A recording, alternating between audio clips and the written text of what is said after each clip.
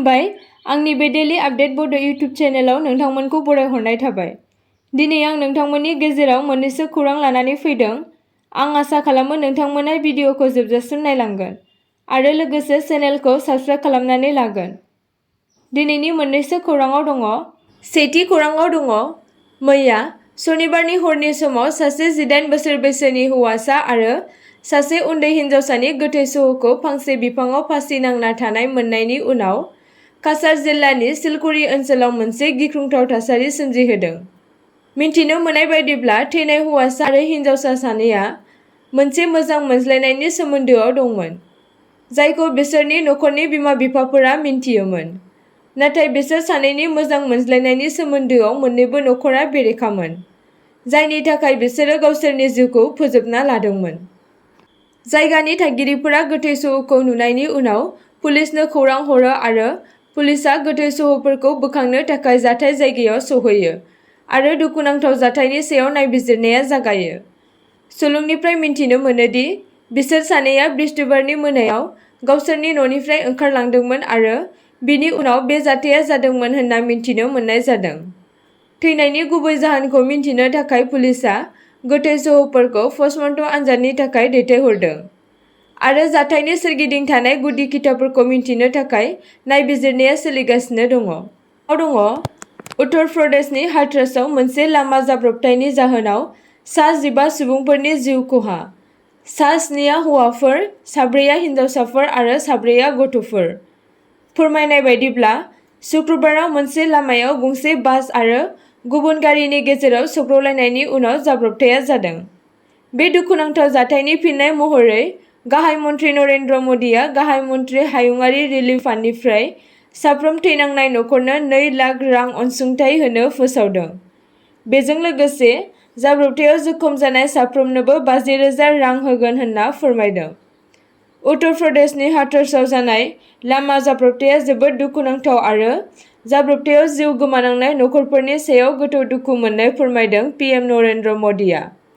उत्तर प्रदेशनि गिबि मन्थ्रि योगी आदित्यनाथआबो दुखु मोननाय नखरफोरनिसिम दुखु फोरमायो आरो जखम जानायफोरनि थाखाय थोजासे फाहामथाय होगोन होनना फोरमायदों।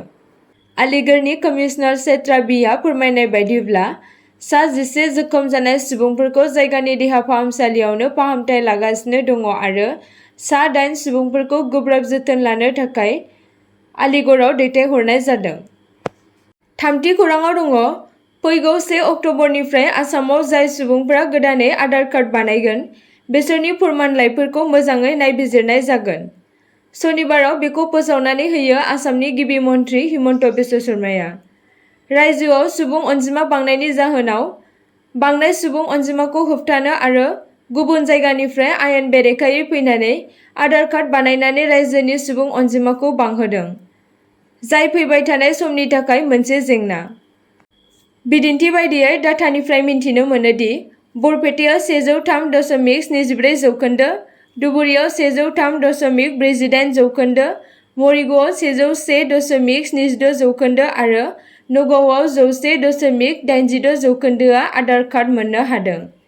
बेयो जिंगासिनो गोनां मानोना बेनिफ्राय मिन्थिनो मोनोदि सन्देह गोनां गुबुन हादोरनि नोगोरारिफोरा आधार कार्ड बानायनायाव जाफुंसार जानो हादों। आयेन बेरेखा बाहायनायखौ होबथानो थाखाय रायजो सोरखारा आधार कार्ड बानायनायनि सिगां फोरमान खालामनाय खान्थिखौ गोरा खालामनो थिरांथा लादों। फैगौ 1 अक्ट'बरनिफ्राय आधार कार्ड बानायग्रा सुबुङा गावसोरनि आर'जलाइजों लोगोसे एनआरसि नाम्बारखौबो होनांगोन। बे बिथोना साहा बागान ओनसोलफोरखौ गारनानै गासिबो जिल्लाफोराव बाहायनाय जागोन होनना गिबि मन्थ्रिया बुंदों। ब्रैथि खौराङाव दङ आसाम सोरखारा बराक हायेनाव गुबुन मोनसे चिफ मिनिस्टार सेक्रेटारियेट फसंनो थिरांथा लादों। शुक्रबाराव गिबि मन्थ्रि हिमन्त बिश्व शर्माया डिब्रुगड़आव गोदानै लुजानाय चिफ मिनिस्टार सेक्रेटारियेटखौ बेखेवनायनि सानसे उनाव मैया संसदारि हाबानि मन्थ्रि पीयूष हाजरिकाया बे बाथ्राखौ बराक हायेनाव चिफ मिनिस्टार सेक्रेटारियेट गायसननो फोसावो। मन्थ्रि पीयूष हाजरिकाया मैया ससियेल मिडियायाव पस्ट खालामना फोरमायदों दि थांनाय बोसोराव सोरखारा मिरुआरि खालामनायनि फारसे गोबां आगान लादों। थाबैनो बराक हायेनाव मोनसे सेक्रेटारियेटबो गायसननाय जागोन होनना। मन्थ्रि हाजरिकाया बेखौबो बुंदोंमोन दि गासै रायजोआव गोनांथार जायगाफोराव बे सेक्रेटारियेटफोरखौ गायसनगोन, जाय सोरखारजों सोमोन्दो थानाय खामानिनि थाखाय दिसपुराव फैनायनि जेबो गोनांथि जानाय नङा। 5थि खौराङाव दङ मणिपुराव रकेट गाग्लोबनाय आरो ड्रन बमा बेरफ्रुनायनि जाहोनाव गुलि गावनायाव 7 सुबुंनि जिउ खहा। सा-सानजायाव आसामाव गोदान हिंसानि गेजेराव जिरिबाम जिल्लायाव कुकी आरो मिताई हानजाफोरनि गेजेराव मैया सनिबारनि फुङाव जानाय गावलायनायाव 7 सुबुंनि जिउ खहा जादों। पुलिसआ बुंदोंमोन दि उन्दुनाय समाव सासे सुबुंखौ गावथारनाय जादों, बिनि उनाव गावलायनायाव फारसेथिं 4 हाथियार गोनां सुबुंफोरा जिउ गोमादोंमोन। बुथारनायनि उनाव जिल्ला गाहाय हेडक्वार्टार्सनिफ्राय 7 किल'मिटारसो गोजान हाजोफोराव दावहा नांग्रा हारिफोरनि हाथियार दैग्रा सुबुंफोरनि गेजेराव गोबां गावलायनाया जादोंमोन, जायनि जाहोनाव हाजोआव थानाय 3 उदखारिफोरजों लोगोसे 4 हाथियार गोनां सुबुंफोरा जिउ गोमादोंमोन। बिष्णुपुर जिल्लायाव सन्देह गोनां उदखारिफोरा मोननै रकेट गावनायनि सानसे उनाव जादों, जेराव सासे सुबुंनि जिउ खहा जायो आरो 7 सुबुंफोरा जखम जायो, मानोना थांनाय माखासे साननिफ्राय गोजौ आरोंदायारि गाग्लोबनायनि उनाव इम्फल हायेन ओनसोलाव दावराव-दावसिया जादोंमोन। 6थि खौराङाव दङ बिटिआर सोरखारनि मददजों जिल्लानि मोनफ्रोमबो जायगायावनो साइकेल राननानै होनाया सोलिगासिनो दङ। फिसा-फिसा ना फालांगि खालामनानै जिउ खुंबोबाय थानाय सुबुंफोरनो साइकेलजों लोगोसे आइस बक्स राननानै होदों बिटिआर सोरखारा। सोरखारनि ना फिसिग्रा बिफानआ एसअपिडि फान्डजों क'क्राझार जिल्लानि 10 नं देबोरगाव ब्लकनि सिङाव थानाय कुलुगाव सबाइजार बिसिडिसिनि मावखुलियाव आइस बक्सजों लोगोसे साइकेलखौ राननानै होयो आरो बे हाबाफारियाव बाहागो लायो क'क्राझार सानजा जनजाति बिधान सभा बियाबनि एमएलए लरेन्स इस्लारिजों लोगोसे बिटिसिनि ना फिसिग्रा बिफाननि सिएइचडि नील दासआबो बाहागो लायो। मख'नो गोनांदि फैबाय थानाय समाव आरोबाव बिनिख्रुइ बांसिन सुबुंफोरनो सुबिदा खालामना होनाय जागोन होनना फोरमायदों लरेन्स इस्लारिया। फिसारि डिपार्टमेन्टनिफ्राय एसअपिडिनि साइकेल आरो बरफनि बक्स दिनै मोनसे राननाय हाबाफारि खालामदों। दा देबोरगाव जि टिएलसिसि जे एरिया, बे एरियायाव गासै 19टा साइकेल रानदों। आं गिबियावनो बिटिसिनि मानग्रा चिफ आरो डिपार्टमेन्टनि इएम राकेश ब्रह्म बिथांखौ साबायखर बावदों।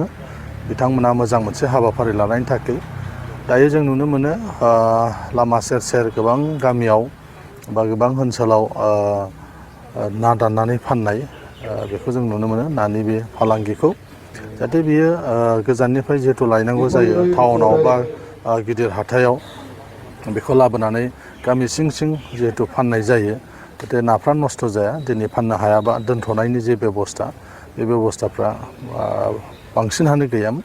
नाथाय दिनै सरकारनिफ्राय जि बेबस्थाखौ खालामदों, साइकेलजों लोगोसे माने आइस बक्स रानफानानै जाहाथे नाया टाउननिफ्राय बा गिदिर हाथाइनिफ्राय मोजाङै लाबोनानै बरफ होनानै जाहाथे बियो सेवा नस्थ' जाया आरो फाननो हायाबा जाहाथे दोनफिननायनि मोनसे राहा बे जागोन। 7थि खौराङाव दङ तेलेंगानानि सासे लाइमोना रिल्स बानायनो भिडिअ बानायनाय समाव जिउ खहा जादों। रिपर्टनि बायदिब्ला बिथाङा भिडिअ खालामनाय समाव जिबौखौ गावनि खुगायाव दोनदोंमोन, जायनि जाहोनाव बिथांखौ भिडिअ खालामनाय समाव बिनि खुगायाव अरदोंमोन आरो लोगोसेनो बिथाङा गावनि जिउखौ खोमाना लानो गोनां जादोंमोन। मख'नो गोनांदि जिबौजों सौजानाय सुबुंनि सिनायथिखौ तेलेंगानानि कामारुति जिल्लानि 20 बोसोर बैसोनि शिवराज मुं होनना मिथिनो मोननाय जादों। बापरे, मामलोड वार बापू।